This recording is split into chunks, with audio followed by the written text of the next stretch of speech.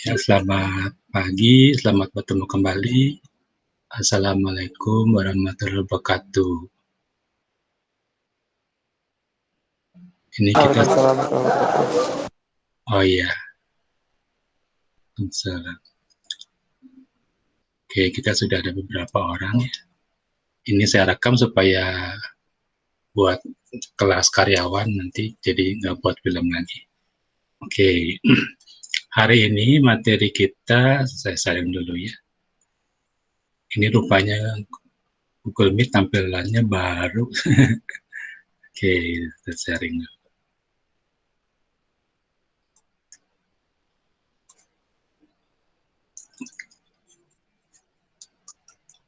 Jadi topik kita hari ini ya sesuai dengan rencana perkuliahan yang diberikan oleh program studi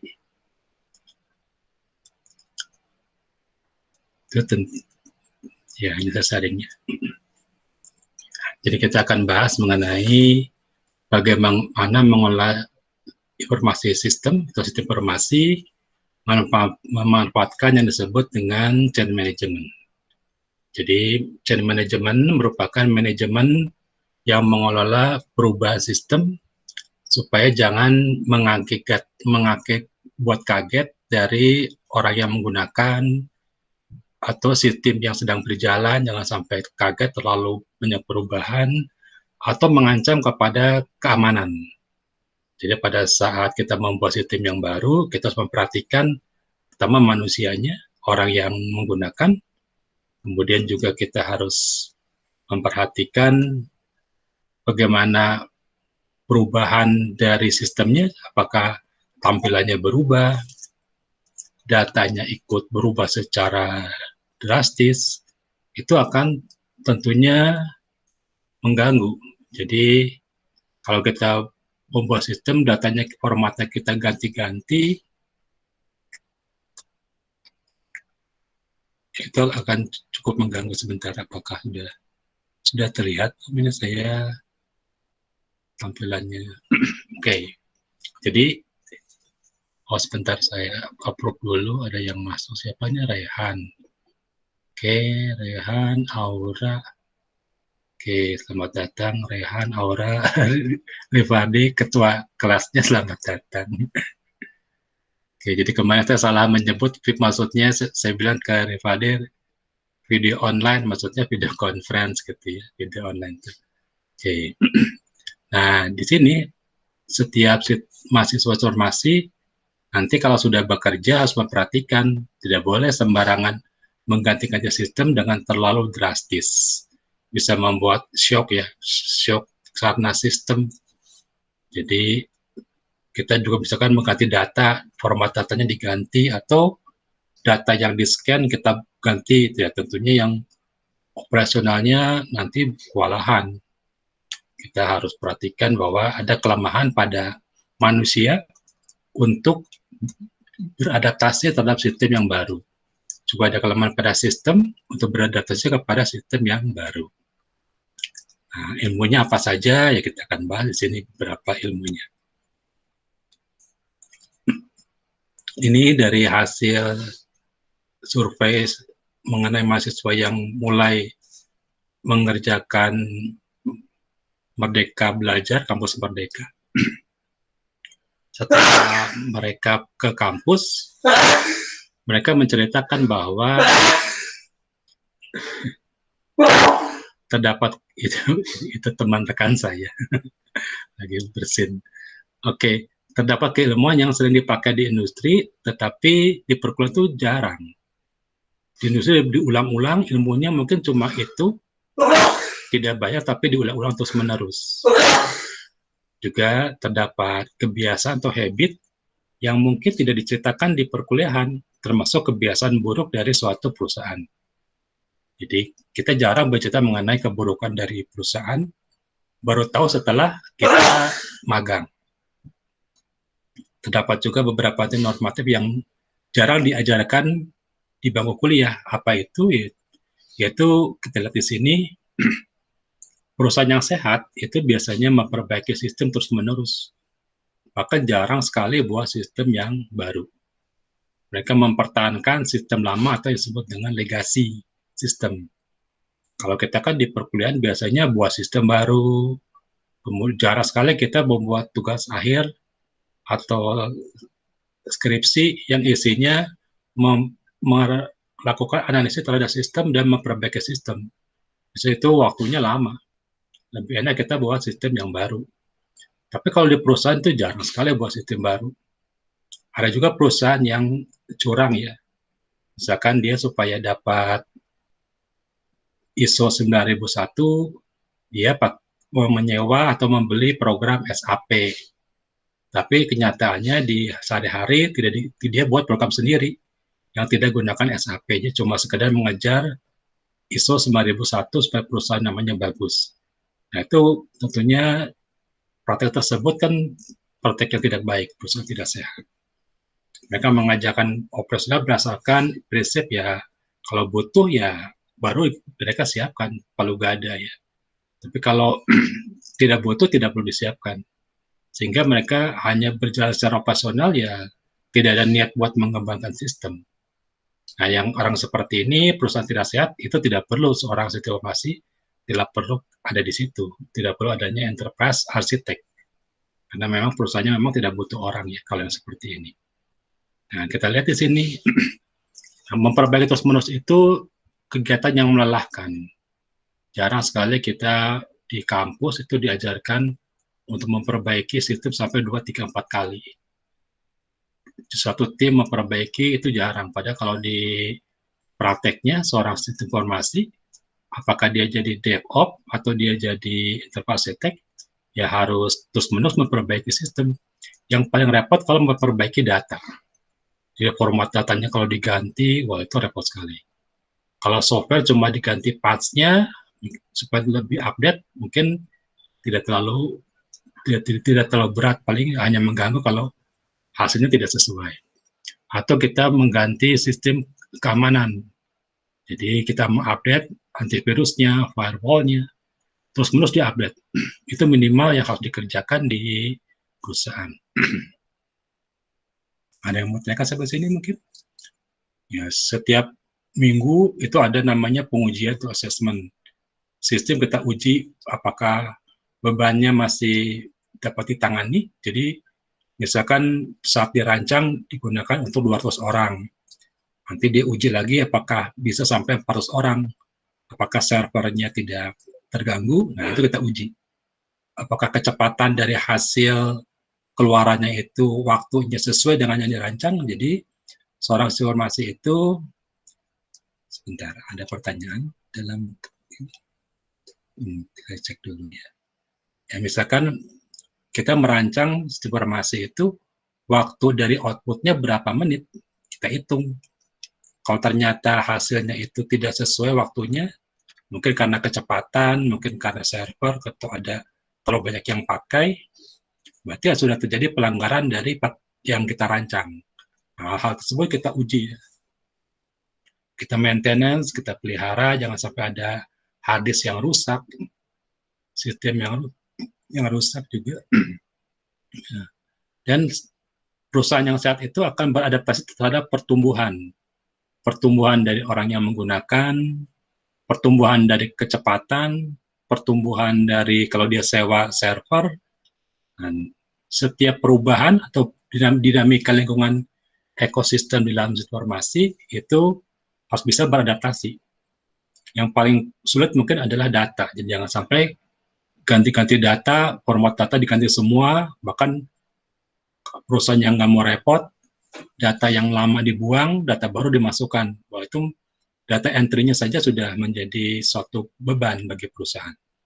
Ya, kita harus memelihara data, nanti kita belajar namanya retensi data. Mana data yang disimpan, mana data yang sudah harus dipetik kemaskan. Sudah nggak perlu dipakai lagi. Gitu. Nah, setiap sistem itu dibuat suatu sistem kecil. Kalau kita buat suatu sistem yang baru, yang disebut dengan simulasi dampak. Jadi nggak langsung dilempar kepada pengguna, tapi kita gunakan manajemen perubahan. Kita taruh misalkan di satu server yang khusus untuk menguji sacrifice server, misalkan sacrifice korban, disebutnya sacrifice server ya, kita uji programnya. Apakah program tersebut, bagaimana dampaknya, kecepatannya, apakah sudah sesuai. Nah, kalau sudah disimulasikan, baru kita lemparkan kepada pengguna. Jadi jangan membuat sistem langsung dilemparkan kepada pengguna tanpa diuji.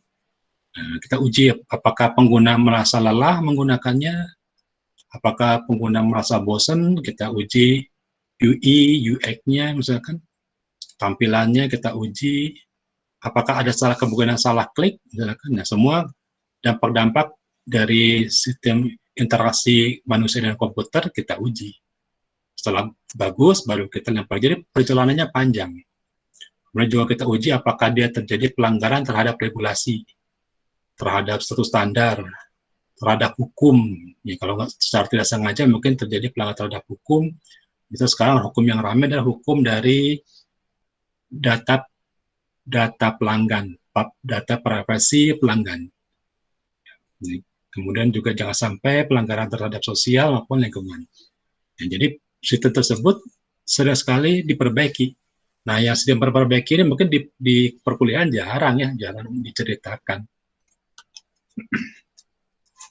Ya, biasanya diceritakan yang sudah membuat sistem, merawat sistem, paling itu yang sering diceritakan. Menganalisis sistem, ya, tapi memperbaiki itu biasanya jarang.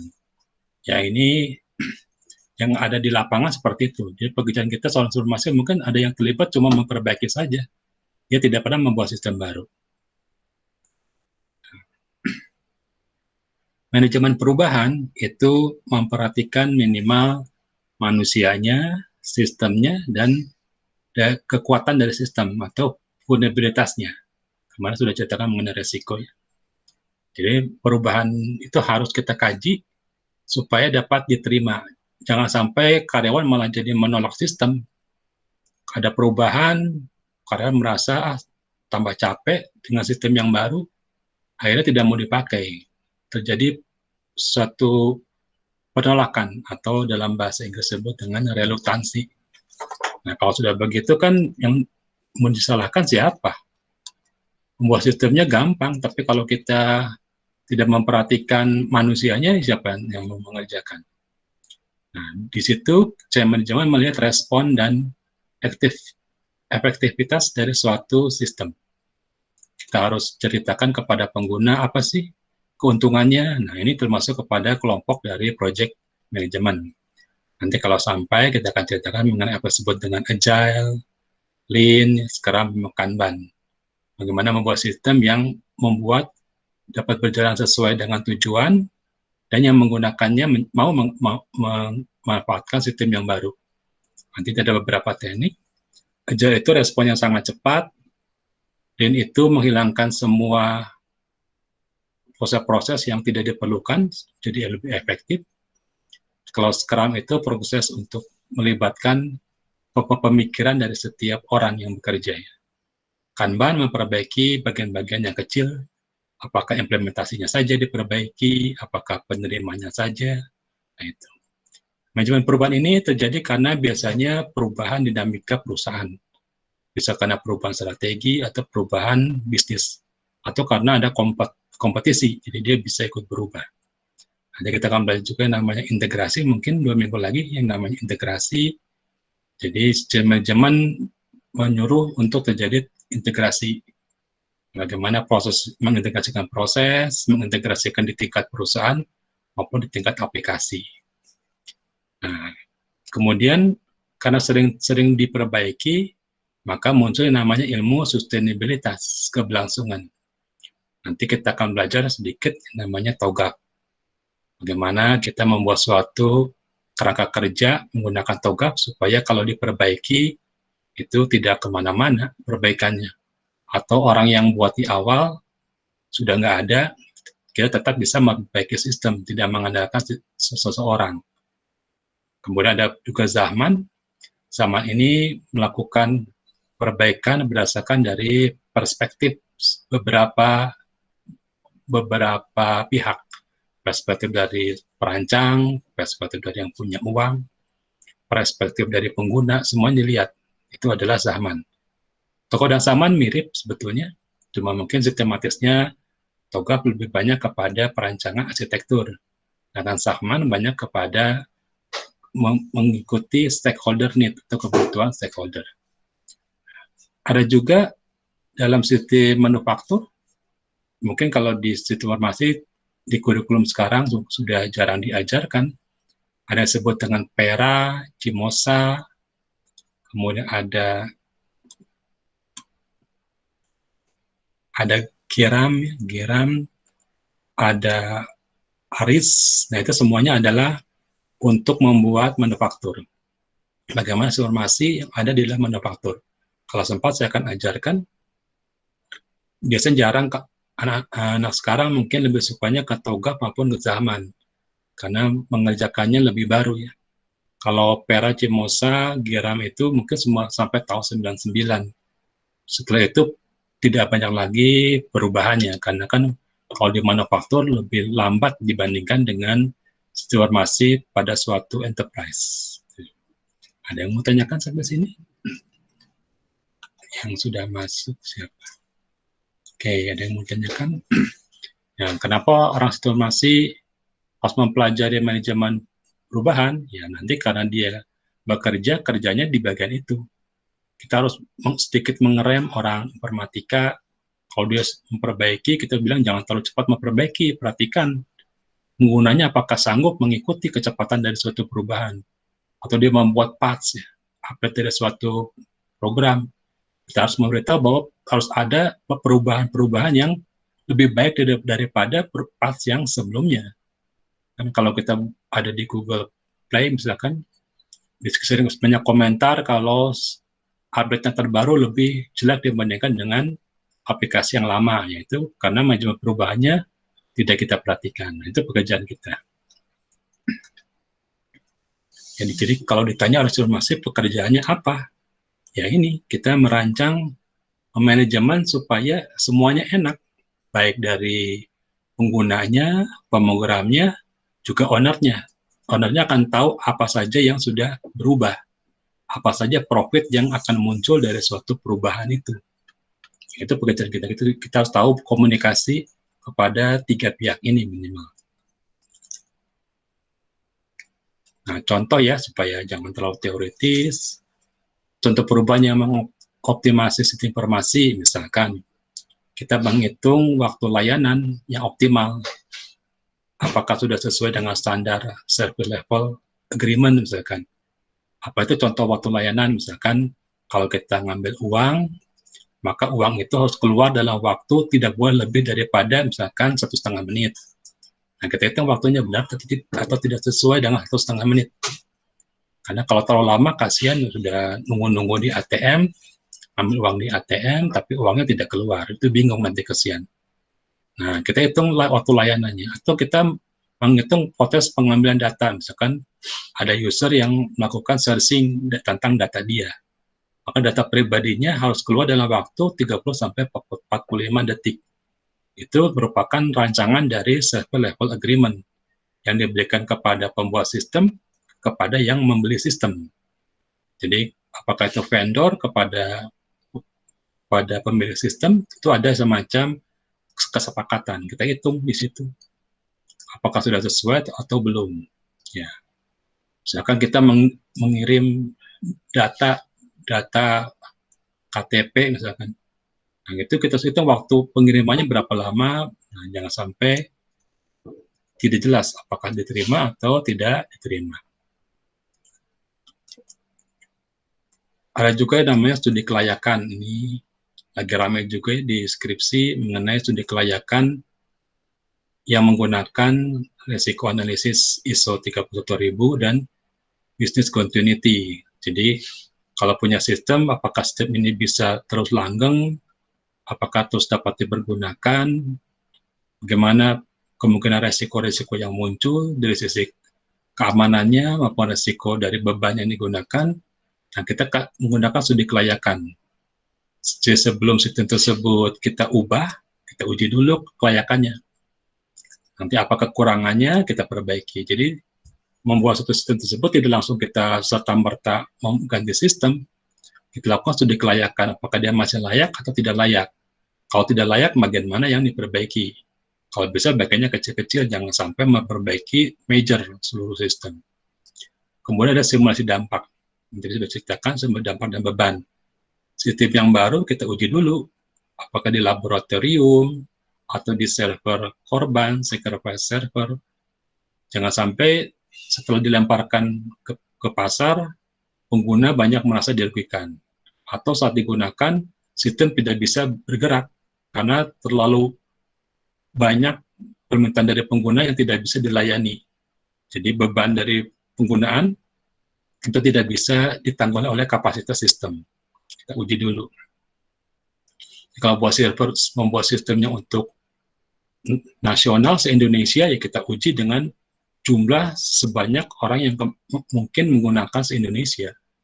Gitu. Kalau menggunakan sistemnya untuk internasional, ya kita uji untuk internasional, gitu ya. Jadi sebelum dilempar, kita uji dulu sistemnya. Juga ada simulasi kehilangan sumber daya, disaster recovery program atau DRP.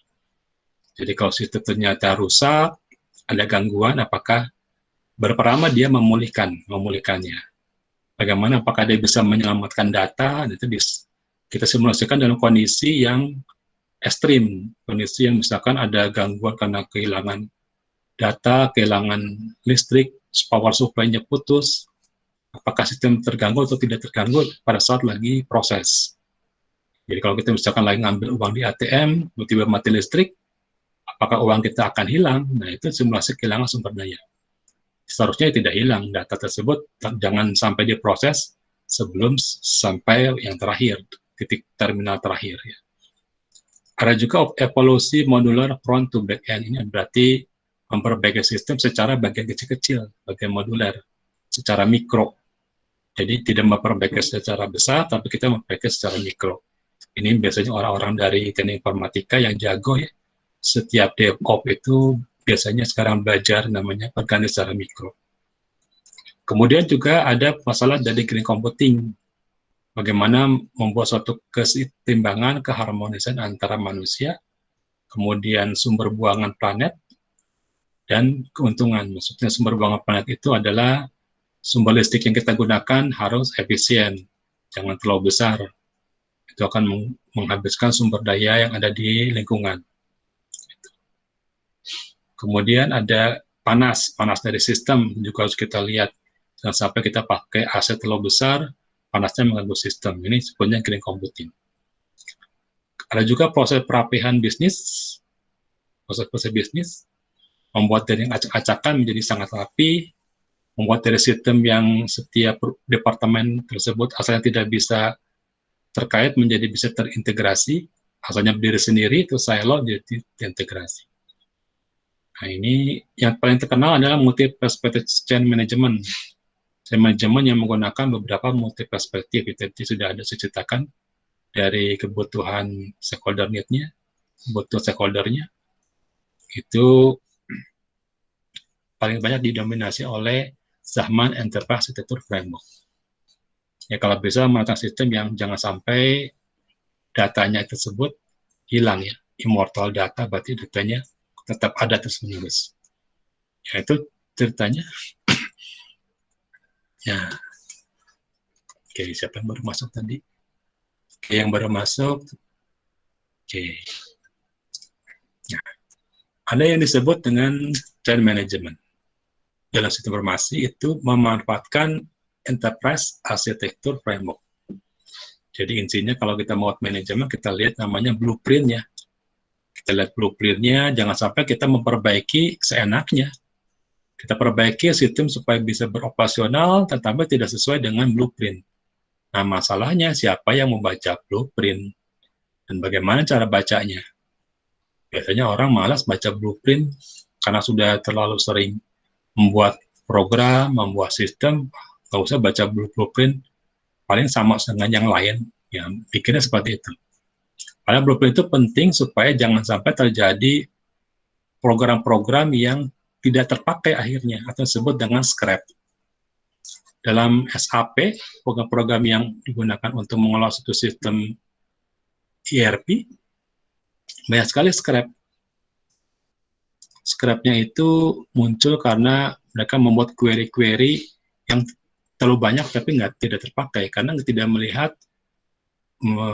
bagaimana kerangka kerjanya. Nanti kita akan bahas sedikit mengenai kerangka kerja, bagaimana cara bacanya secara singkat, mungkin 3 menit kita akan bahas. Kemudian mengolah perubahan arsitek itu bukan sekadar membuat suatu informasi, apalagi mengganti terus-menerus, kita harus tahu suatu kerangkanya atau blueprint-nya. Jadi jangan membuat ganti-ganti, tapi tidak tahu kerangkanya. Nanti kita seolah-olah memperbaiki, tapi malah menjauh dari tujuan dari suatu kerangka kerja. Nah, kerangka kerja atau blueprint atau enterprise architecture framework itu merupakan suatu pembicaraan sehari-hari atau disebut dengan living thing. Jadi kalau kita nanti sudah kerja, ya sehari-hari sambil ngopi, yang kita bicarakan adalah blueprint-nya atau enterprise architecture framework-nya. Setiap kali kita bicarakan, ini merupakan living thing, suatu bentuk kehidupan yang harus kita pahami. Jadi, membuat informasi itu bukan sekedar harus mahal, tetapi harus bertumbuh. Kita bicarakan kekurangannya apa, dokumennya apakah ada atau tidak ada, bagaimana peta pertumbuhannya, siapa yang bisa mengelola, kemudian bagaimana resiko, apakah resikonya bertumbuh atau profitnya yang bertumbuh. Biasanya profitnya bertumbuh, resikonya tetap, atau resikonya bertambah, profitnya juga pasti mengikuti. Kita lihat ini seperti suatu tanaman yang tumbuh. Jadi namanya kerangka kerja itu bukan suatu yang mati, tapi kita harus sering-sering diskusikan, obrolkan, supaya memperoleh hasilnya optimum. Kalau perlu kita menambah sarana, mungkin infrastruktur, menambah manusianya, karena lihat sudah sesuai kebutuhannya atau sudah sesuai dengan waktunya. Ya, kemudian harus bisa diperbaiki ya, dan dapat dilihat atau diobservasi oleh auditor. Ingat, ilmu kita adalah controllability and observability. Kita mengontrol, tapi juga harus dapat dilihat oleh auditor untuk diperbaiki apa kelemahan-kelemahannya.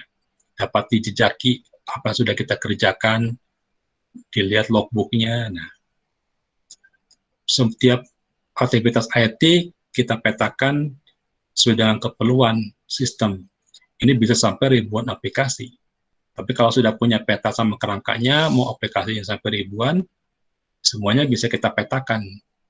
Kemana datanya, misalkan ada sistem, datanya ada di mana, kita tahu di mana posisinya. Jangan sampai kita buat sistem tapi nggak tahu di mana datanya, kemudian tidak tahu standarnya apa, juga tidak tahu bagaimana berhubungan dengan nilai finansialnya. Nah, semua kita petakan di sini. Nanti kita akan baca secara lengkap ya.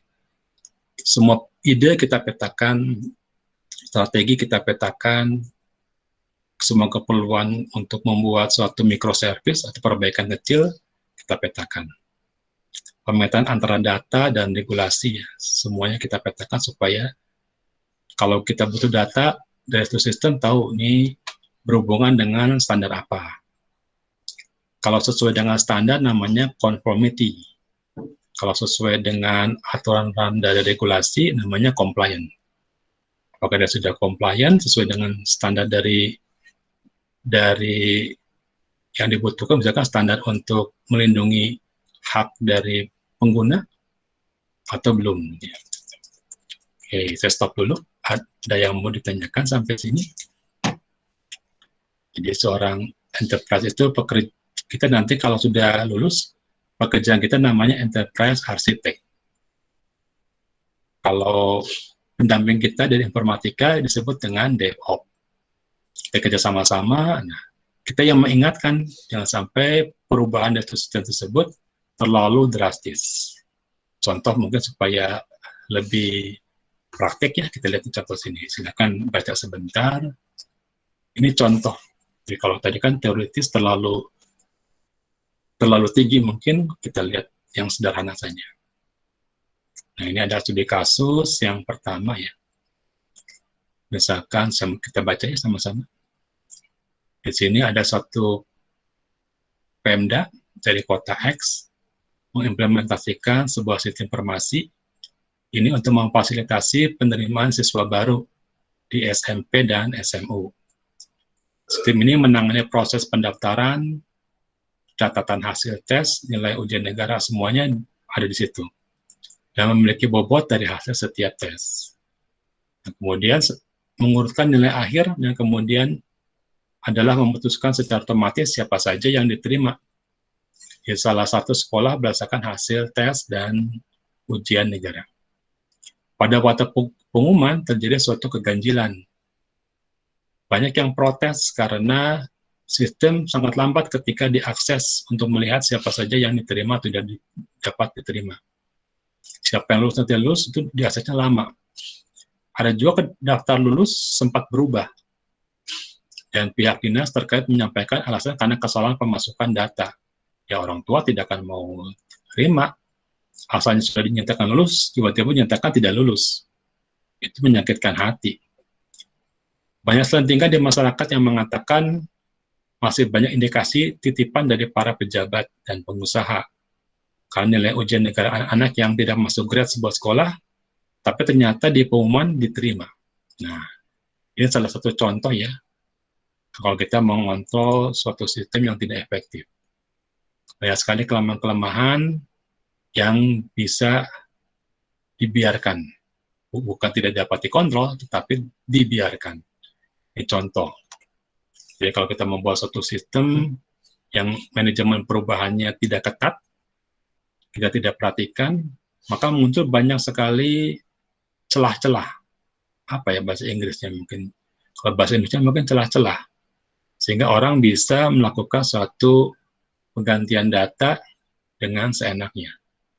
Tentunya operator di sini tidak dicegah atau terjadi perubahan seperti ini. Ini contoh satu ya. Oke, contoh berikutnya. Ini terjadi tahun 2014. Ada sebuah bank sedang melakukan upgrade core banking itu untuk ATM, dilaksanakan oleh pihak ketiga. Kita tidak sebut namanya, pihak ketiganya siapa. Jadi masalah kritis ya. Di beberapa media nasional ada sepasang suami istri dapat menarik uang sampai 21 miliar. Tapi rekeningnya tidak berkurang. Ini terjadi tahun 2014, tepatnya 10 April 2014.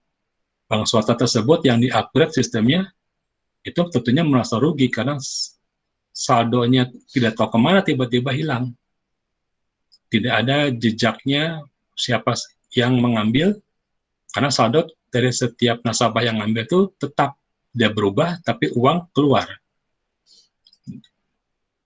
Nah ini bahaya ya. Jadi penandakan saldo di rekening tidak berkurang. Ada pihak nasabah yang keterusan mengambil terus-menerus, dari tidak sengaja menjadi disengaja. Ini menurut Direktur Tindak Pidana Ekonomi Khusus Ditipid, Brigjen Aryo Sulistianto dari Mabes Polri, Jakarta Selatan. Jadi ini setelah diselidiki, ya karena upgrade-nya itu tersebut mungkin terjadi kesalahan, lupa mengkoneksikan antara data yang diambil dengan rekening yang mengambil. Nah ini kan kesalahan manusia, tetapi terjadi juga. Sehingga dirugikan sekitar 200.000 sampai menarik sampai 4 miliar. Maka istrinya 17 miliar. Ya, ini salah satu bisa terjadi. Karena pada suatu perubahan kita tidak mencatat bagian mana yang harus dijaga. Jadi kalau kita melakukan manajemen perubahan, kita harus mencatat perubahan tersebut apa profitnya. Jangan sampai perubahan yang baru itu melanggar standar dari perubahan yang lama. Jadi kalau kita merancang satu sistem ada 10 standar, maka pada proses perubahan yang baru, 10 standar tersebut jangan sampai diabaikan. Ini ada yang diabaikan, yaitu standar dari mengkoneksikan antara data rekening dengan data dari ATM yang mengambil uang. Jika standar tersebut ternyata terlupakan, tidak kita cek lagi, ya ini kejadiannya. Jadi manajemen perubahan tersebut kalau kita mengerjakan tanpa ada satu prosedur sistematik, ya tentunya berbahaya. Ya. Jadi kenapa kita perlu di sini manajemen perubahan? Ya karena itu masalahnya. Apa di sini masih pernah merasakan ada sistem yang setelah diganti menjadi kurang baik? Nah, pernah mengalami? Atau setelah diganti, sistem tersebut jadi banyak iklannya. Dulunya nggak ada iklan, sekarang banyak iklan. Ya. Banyak sekali, ya kita buat sistem dulunya seperti ini, setelah jadi sistem yang baru, tidak sebaik dengan sistem yang lama. Misalnya seperti itu. Dulunya prosesnya pendek, sekarang prosesnya panjang. Dulu verifikasinya cuma 2 tahap, sekarang verifikasinya menjadi lebih panjang. Itu merupakan change management. Kita harus membahas toleransi dari pengguna itu seberapa kuat, seberapa banyak.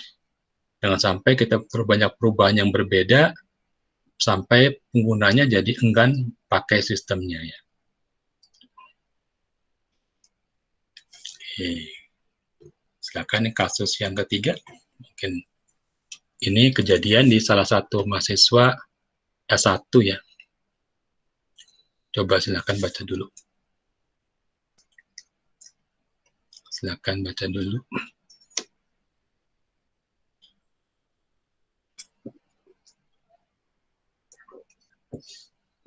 Jadi ada mahasiswa tugas akhir di satu perusahaan tersebut mengatakan mereka sudah lolos kualifikasi ISO 9001 mengenai kualitas dengan memakai program namanya SAP.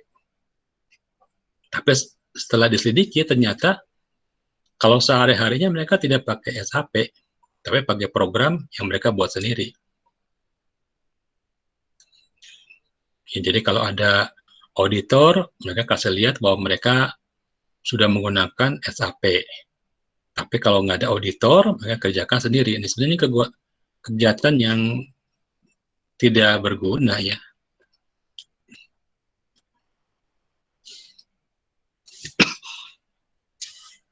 Perusahaannya tidak jujur. Tidak hanya cuma mengejar dari SAP ISO 9001.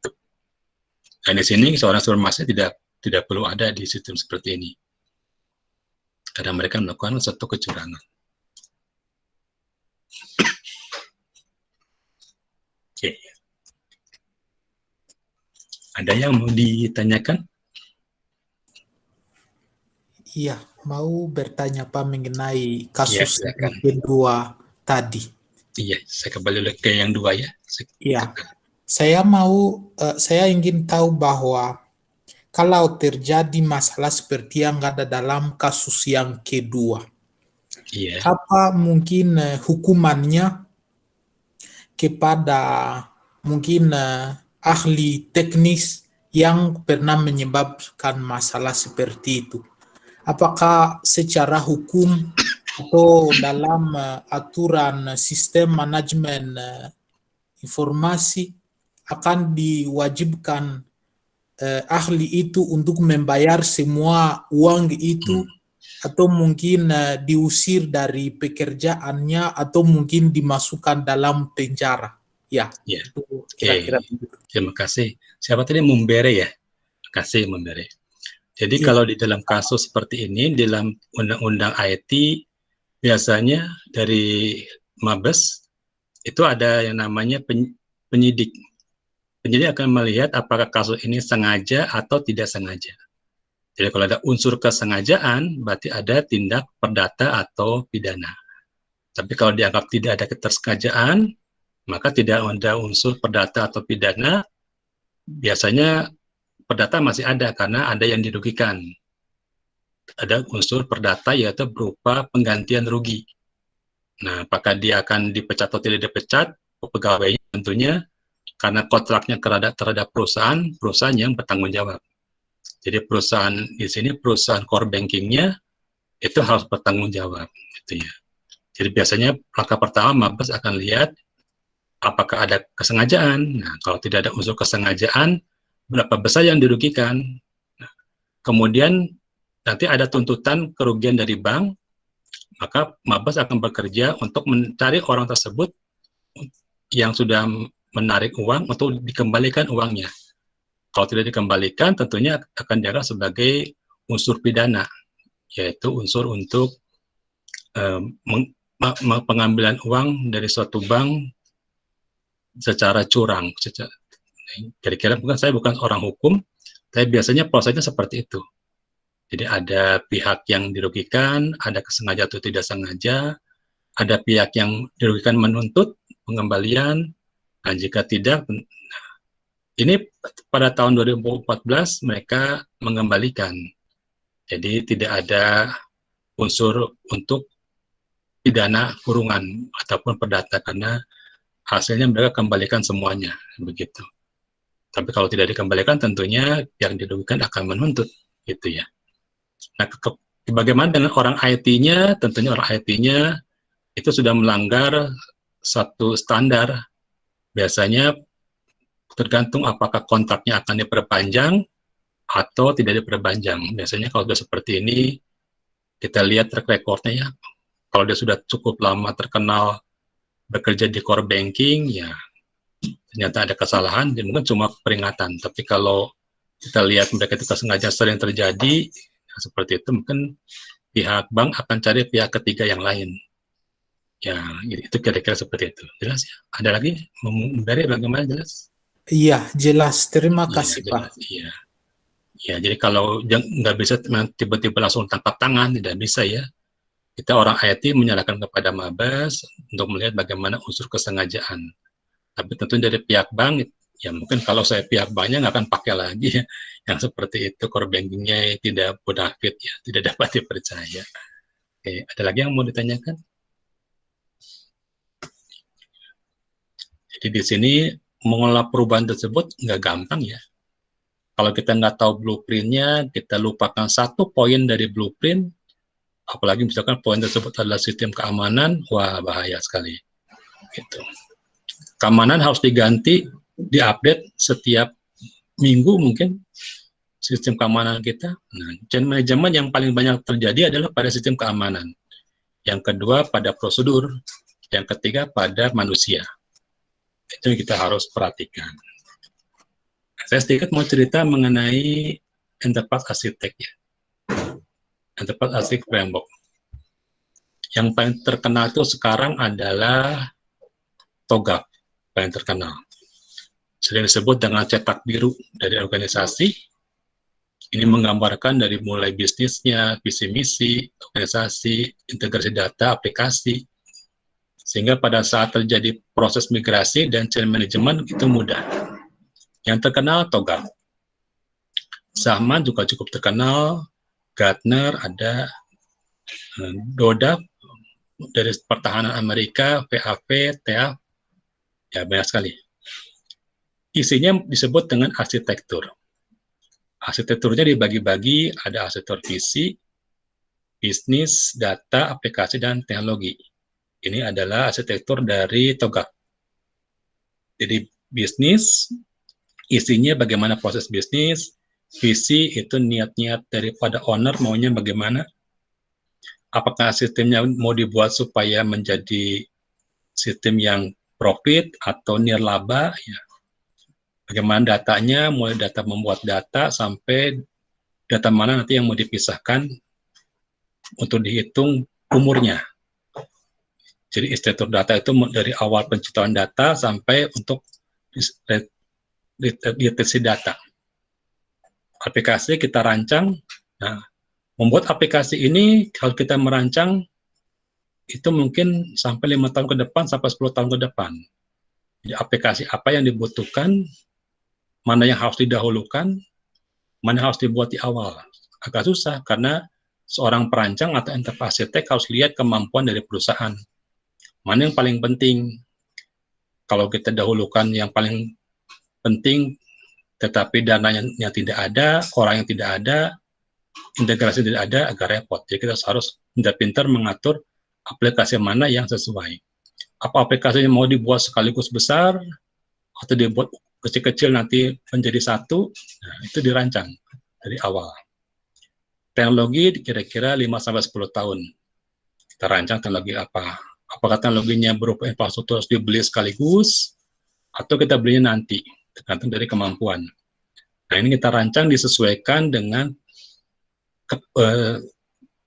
uji kelayakan dan kapasitas dari perusahaan kita rayak di sini. Jadi kita harus realistis, perusahaan ada di mana, mau kemana. Jangan sampai perusahaan itu ingin cepat-cepat namanya menjadi enterprise menggunakan aplikasi yang sangat canggih, tetapi kebutuhannya baru sedikit, sayang uangnya. Kita petakan dulu mana kerangka kerja yang perlu kita buat lebih awal, mana yang harus kita pertajam. Yang terkenal adalah TOGAF.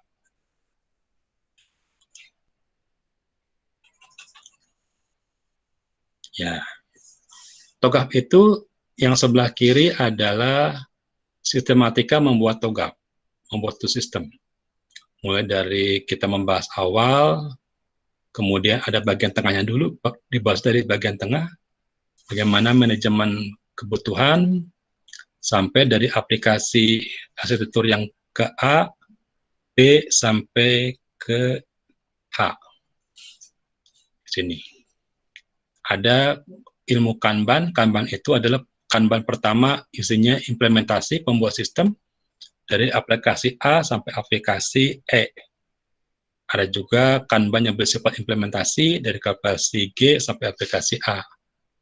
Jadi macam-macam apa kita membuat arsitekturnya itu dari A sampai dengan E, itu adalah Kanban implementasi. Ya, Kanban perancangan. Setelah mana yang kita mau pertajam. Jadi kalau misalkan pertama kali belum ada dana, mungkin A sampai E dulu kita buat. Nanti kalau sudah ada dananya, kita pertajam lagi A sampai E-nya. Nah, itu TOGAF yang dikembangkan bersama dengan ilmunya Kanban.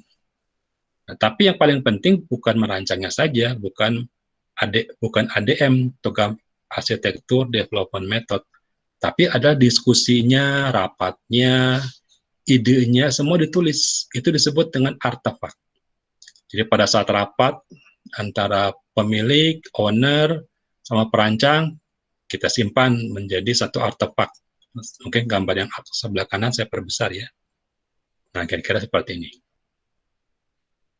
Ada kontrak kerja antara vendor, kita simpan. Ada juga matriks yang berisi hubungan antara aplikasi, aplikasinya apa, data yang digunakan apa, kita simpan. Ya. Semua catatan-catatan kecil yang kita sebut dengan artefak ini akan sangat berguna pada saat nanti kita membuat suatu sistem. Ada yang namanya matriks antara bisnis dengan interaksi, ini kedua dari sebelah kiri. Ada matriks dari strategi dan kapabilitas. Strategi mana yang mau dikejar, apakah sudah dengan kemampuan, nanti kalau kemampuan sudah berkembang, strategi apalagi yang berubah, ada matriksnya. Matriksnya berupa suatu tabel peta ya. Ada juga yang namanya, sebelah kiri kita ada namanya core diagram. Kita bisa membahas diagram mengenai value chain. Nilai-nilai apa yang bisa membuat supaya sistem informasi tetap berjalan, tidak terganggu oleh beban, dan selalu dapat didukung oleh sistem pendukungnya. Ini diagram value chain. Macam-macam, ada solusi konsep, macam-macam. Nah, ini merupakan kumpulan-kumpulan dari pemikiran-pemikiran yang disebut dengan artefak. Jadi kalau kita membuat suatu blueprintnya itu tadi yang bentuknya ADM, tapi isinya pemikiran-pemikiran dari owner, dari pekerja, dari para konsultan, itu disimpan dalam sebut namanya artefak. Jadi kalau dalam sebuah perusahaan minimal ada 4 pihak yang disebut dengan RACI. R-nya itu responsible, orang yang mengerjakan, kemudian A-nya accountable, orang yang menyuruh, orang yang membagi tugas kepada para responsibility ini, kemudian ada tipenya adalah consultant, orang pintar yang cerdas yang memberikan masukan supaya proses dapat berjalan. Dan yang tipe I biasanya tidak tipe yang ownernya yang diinformasikan. Jadi semua tipe R, A, dan CI ini pasti punya pemikiran. Nah, itu kita rancang dalam sebuah namanya artefak. Masing-masing sistem bisa saja, kalau kita kembali ke fase yang tadi ya, kan dari fase A ke B itu butuh artefak apa. Nah, dari A ke B, artefak yang dapat dikirimkan kita sebut dengan deliverable. Kita tidak menyebutnya output, tapi kita menyebutnya deliverable, karena kita cuma tidak ada perubahan bentuk, tapi kita berikan kepada fase berikutnya, atau arsitektur berikutnya. Jadi yang penting ada artefak dan deliverable. Rapat-rapat kerja kita sebut dengan artefak. Kemudian masalah-masalah yang pernah terjadi dalam membuat suatu blueprint, kita petakan, kita cari solusinya, kita sebut artefak. Kita kumpulkan semuanya. Sehingga pada saat membuat kerangka kerja ini, pada saat mengembangkan, kita punya banyak sekali data-data artefak yang bisa membantu para orang-orang muda. Jadi misalkan yang merancangnya sudah meninggal 40 tahun yang lalu, tapi data-data mengenai cita-citanya itu sudah tercover di dalam artefak ini. Jadi TOGAF itu yang sebelah kiri penting, tapi yang sebelah kanan juga lebih penting. Karena semua knowledge, pengetahuan dari para pendahulu kita ada di artefak. Ya, artefaknya seperti ini. Itu ya jelasnya di sini. Di bawah saya tuliskan yang warna merah itu adalah infrastruktur, yang warna hijau adalah governance, extension, semua proses pengolahan, semua proses kontrol namanya governance extension. Yang warna ungu ini motivation, extension, biru proses modeling, biru muda data modeling, biru tua lagi service extension. Dan core dari suatu proses. Nah, ini ya. Nah, ini kira-kira cara membuat suatu enterprise. Apa itu disebut dengan enterprise? Ya, perusahaan yang sangat memanfaatkan teknologi informasi. Ya, di sini. Jadi kalau perusahaan yang memanfaatkan informasi dengan sangat penting, kita bisa sebut dia enterprise. SMA pun kalau dia memanfaatkan informasi untuk sangat penting untuk kompetisi, untuk mengelola data, bahkan tidak bisa hidup tanpa informasi, kita bisa sebut sebagai enterprise. Jadi bukan hanya BUMN yang besar, perusahaan swasta yang besar yang kita sebut perlu dengan namanya enterprise architect, dan mereka disebut dengan enterprise tidak saja. Gitu. Kebanyakan kalau kita buat tugas akhir itu biasanya sekedar memilih sekolah menengah, universitas, UMKM, UMKM yang tidak punya cabang, dan belum jadi kekuatan lokal. Nah, kita harus lihat, kalau kita tugas akhir di bidang enterprise, kita cari mana yang benar-benar memanfaatkan IT. Absensi masuk sudah pakai IT, proses mendeteksi izin sudah pakai IT, proses pemberitahuan kepada orang tua SMA sudah pakai IT. Nah, itu berarti dia sudah memanfaatkan banyak yang menggunakan IT. Ada yang mengatakan minimal 10 proses bisnis sudah dikerjakan menggunakan IT. Nah, itu kita sebut sebagai enterprise. Jadi enterprise tidak harus perusahaan yang besar, tapi perusahaan yang memanfaatkan proses bisnisnya menggunakan teknologi informasi. Misalkan ada orang tua tidak perlu datang ke kampus untuk melihat bagaimana mahasiswanya apakah rajin masuk kelas, apakah anaknya selalu kuliah dengan baik, selalu membayar uang dengan baik, dia bisa ngecek menggunakan IT.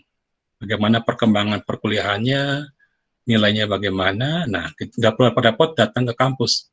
Jadi IT benar-benar sangat digunakan. Atau mahasiswa ingin mengecek bagaimana nilainya, kurangnya di mana, apakah bisa nambah nilai, nah itu semua sudah ada proses IT-nya. Nggak perlu repot-repot datang ke kampus, nggak perlu datang ke Pak dosen, dia bisa ngecek sendiri. Atau misalkan saat mau bekerja, sudah banyak sekali yang menawarkan, perusahaan-perusahaan menawarkan di universitas, memberikan beberapa data dari mahasiswa terbaik, langsung disambut oleh para pencari kerja. Jadi IT-nya benar-benar tanpa mereka harus membuat suatu lamaran, sudah diminta untuk bekerja. Nah, itu disebut dengan perusahaan yang memanfaatkan enterprise. Tentunya perusahaan yang perlu enterprise, arsitek, yaitu mahasiswa yang sudah lulus nanti, itu bisa perusahaan waralaba, BUMN, marketplace, ya banyak sekali perusahaan rumah sakit, ya bank-bank juga. Mereka perlu kita dalam mengolah suatu perubahan data. Nah, ini perbedaan antara DevOps dengan Enterprise Architect. Nah, mereka DevOps itu orang dari informatika, sedangkan kita disebut nanti sebagai Enterprise Architect. Ini pekerjaan kita. Tujuannya sama, yaitu membuat suatu pekerjaan menjadi lebih otomatis, lebih terupdate.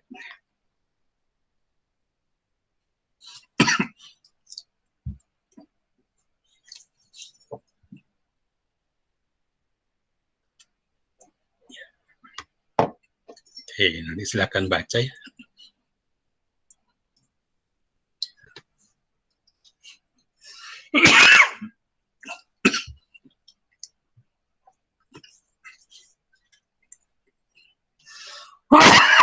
Oke. Oke.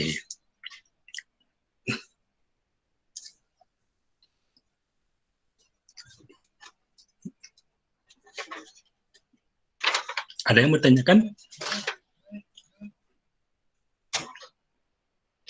Ada yang bertanyakan sampai sini?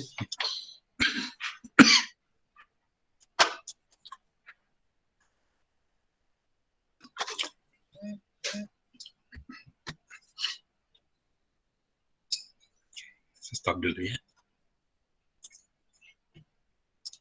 Oke, ada yang mau ditanyakan?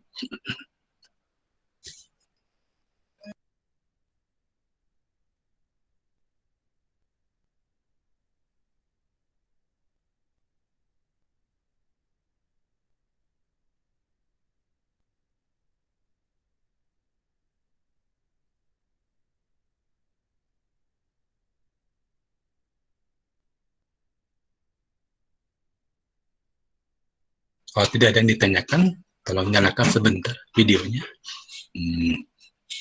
Saya mau capture buat absensi ya. Nah, silakan nyalakan videonya. Oke, saya capture dulu ya. 1, 2, 3. Oke.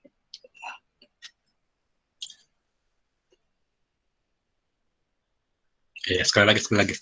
Ulangi lagi ya. Ada yang belum muncul. Oke, saya capture ya. Saya hitung. 1, 2, 3. Oke, ya, makasih. Kita punya 3 halaman lagi. Ada yang mau tanyakan? Sampai sini. Ada 3 halaman lagi. Sudah pernah saya bahas sebelumnya sebetulnya. Jadi, silakan lihat. Di halaman tersebut diceritakan mengapa orang tidak mau memakai seorang enterprise architect. Itu mungkin baca-baca saja ya. Bisa tidak susah. Oke, kalau tidak ada pertanyaan, sampai ketemu lagi minggu depan. Terima kasih sudah hadir pada perkuliahan ini. Semoga semua sehat-sehat selalu. Oke, Assalamualaikum warahmatullahi wabarakatuh.